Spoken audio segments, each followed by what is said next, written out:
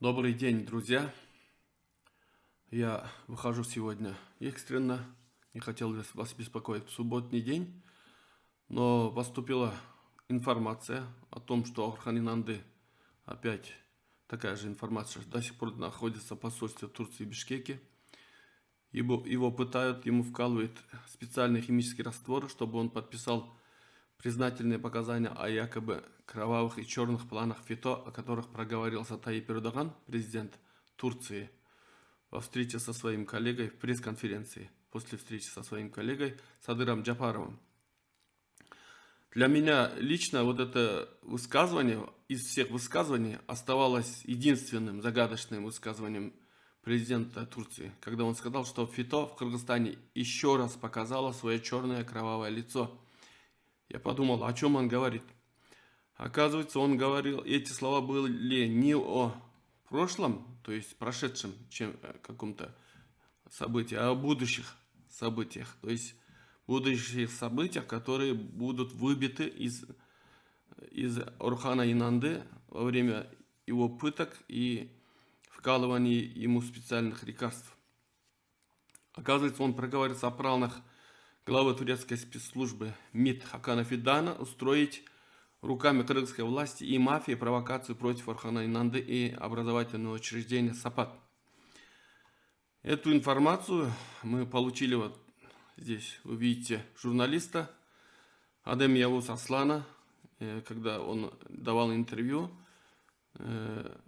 турецкой оппозиционному сайту ТР-24-7 или 724. Кто же такой Адем Явуз Аслан? И можно ли ему верить, да? Вот смотрите, его страница в Твиттере на английском языке 276 тысяч подписчиков. Это очень много для турецкого журналиста.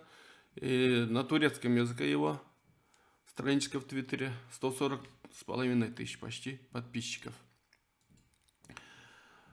Поэтому этому журналисту, не только поэтому, потому что он был сотрудникам газеты «Бүгүн» и телекомпании «Бүгүн», которые были закрыты турецкими властями в первую очередь, когда Таyyip Эрдоган из авторитарной власти уже уходил в диктаторскую власть. В первую очередь была закрыта эта телекомпания и эта газета.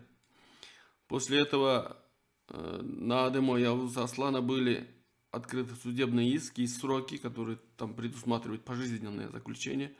Сейчас он был корреспондентом специальным спецскором газеты «Бүгүн» в Анкаре. То есть около 10, больше 10 лет, около 15 лет, да, 2008 года, пока он не был вынужден покинуть Турцию.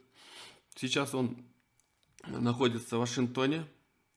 Он входил во время службы в газете «Бүгүн» премьерский и президентский пул Эрдогана. То есть он напрямую задавал ему вопросы, знает его психику, психологию, его то, что он может сказать.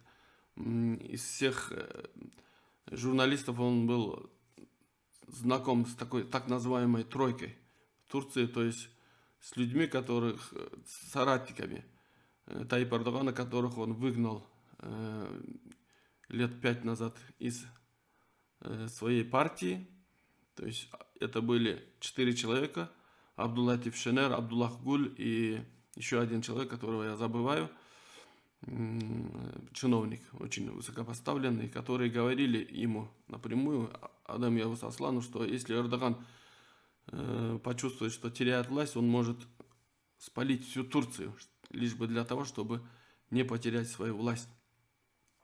Сейчас он находится в Вашингтоне.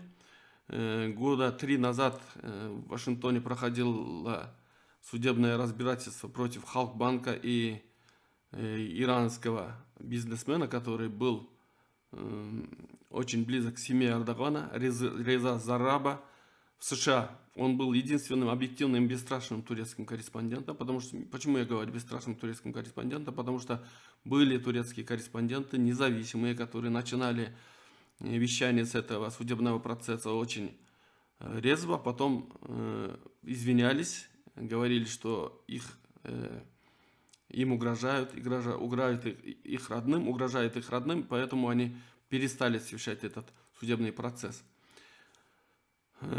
Коротко остановлюсь на этом судебном процессе. Там говорилось о том, то есть признательные показания, и турецкие адвокаты, американские адвокаты, нанятые турецкими властями, признали, что 4 министра вместе со своими сыновьями и президент Таyyip Эрдоган участвовали в коррупционных схемах, когда турецкий бизнес потерял миллиарды долларов при махливании от иранского нефтяного эмбарго. То есть Иран продавал свою нефть через Турцию по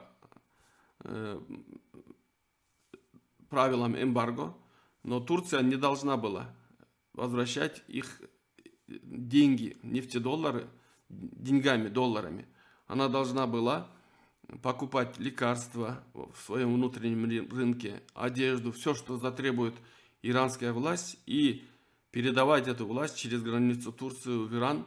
То есть эти минимум 2 миллиарда долларов должны были единовременно влиться в турецкую экономику, средний и мелкий бизнес. Но турецкие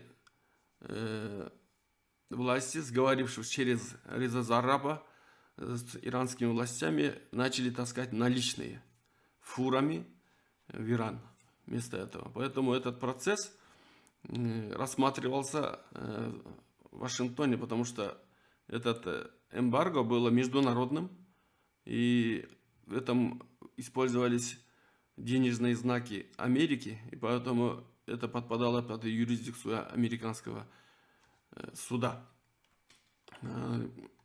Теперь перейдем непосредственно к тому, почему турецкие чиновники среднего звена передают до сих пор информацию Адамиязу Аслану. Потому что доверяют ему, потому что невозможно уже терпеть дилетантство эрдогановских назначенцев в госучреждениях Турции.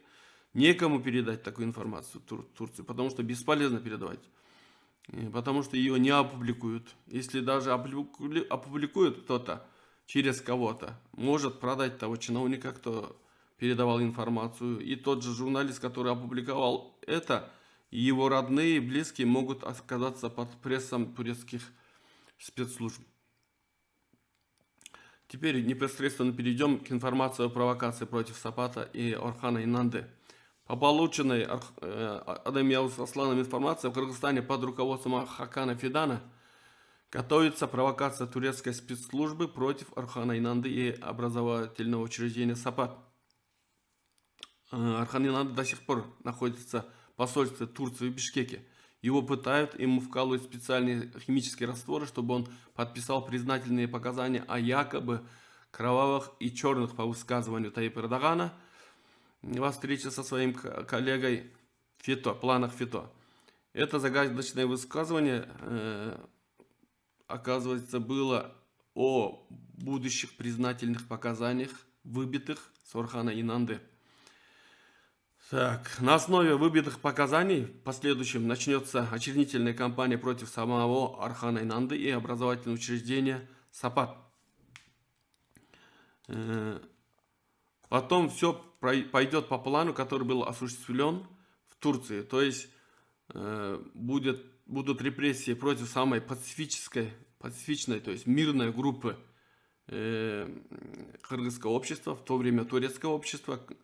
Люди, которые никогда не держали в руках никакого оружия.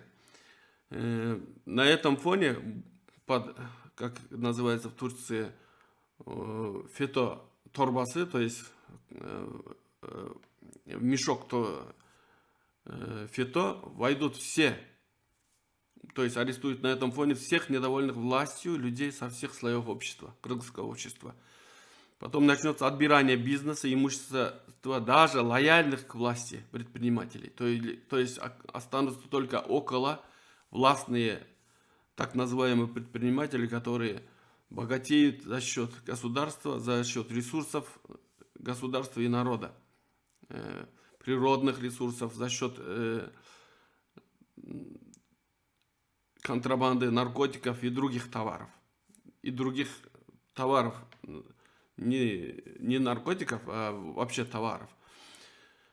Фито борсасы, так называемые, как в Турции, открылась, то есть биржа Фито, когда разграбливают предпринимателей, откроется на районном, областном и республиканском уровнях. То есть областные власти будут грабить предпринимателей областного значения, районные власти будут грабить предпринимателей районного значения, а республиканское значение предприниматели будут грабить самый высший эшелон власти в Кыргызстане.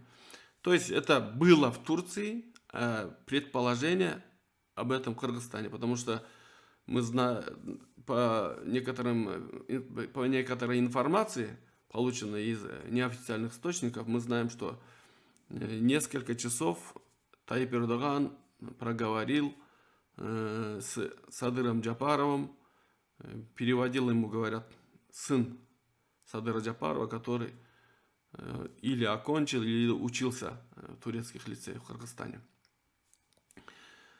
Для этой цели турецкой властью, кыргызской власти и мафиозным группам уже выделены существенные суммы с черной кассы наличности турецкой власти. То есть с тех денег, которые там поступили от нефти, разграбленный ИГИЛ у сирийского народа, от денег, кокаиновых денег с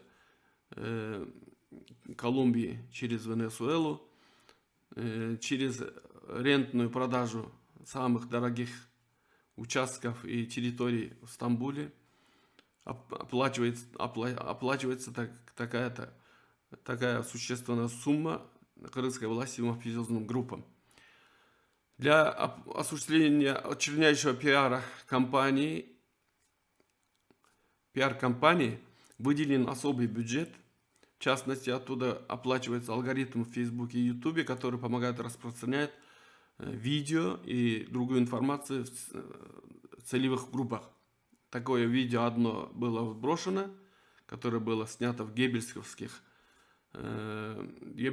методами, то есть методами, когда самая чудовищная власть, самой чудовищной лжи люди верят больше всего.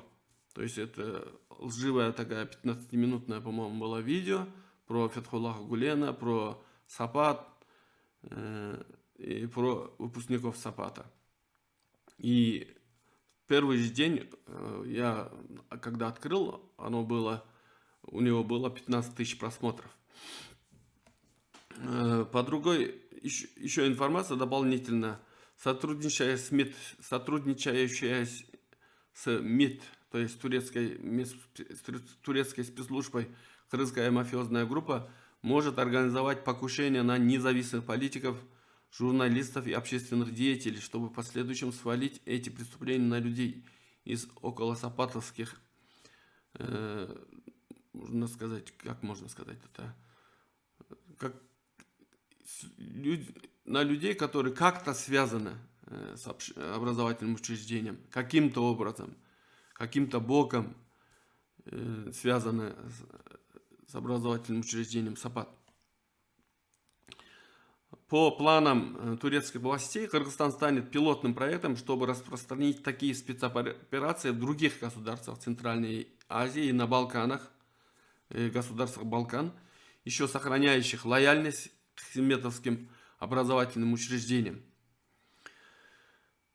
Таким образом, Орхан Инанды, ставший в Кыргызстане символической фигурой, до этого уже вставший, и после этих митингов и заявлений кыргызских властей, международных организаций, после информации в международных и зданиях турецкая власть, пытая и вкалывая ему химические растворы, подписанные им бумаги, будут использовать не только в Кыргызстане, но и в своих макропроектах пока в государствах Центральной Азии и Балкан. Такого состояния политики и турецкого политического истеблишмента сейчас. Мы надеемся, что не в таком состоянии политики и кыргызский политический истеблишмент. Тем временем, во вторник, 15 июня, ситуация с Орханом Инандыс рассматривалась в заседании Конгресса США совместным, то есть демократы и республиканцы организовали такой комитетом по правам человека, где, в частности, конгрессмены задавали экспертам по Турции вопрос, как можно остановить похищение людей турецкой властью. В среду, 16 июня, перед Капитолием Вашингтона на митинге кыргызских граждан под лозунгом «Орхан Инанды табылсын» участвовали конгрессмены США и другие известные люди Америки. Таким образом, подытоживая, скажем, что кыргызские власти поставили ставку не на того человека. Еще одну информацию я скажу. Таyyip Эрдоган и турецкие власти очень зависимы от многих государств. Поэтому не думайте, что вы получите какую-то помощь от России, Китая или Запада, существенную помощь, если будете сотрудничать с турецкими властями.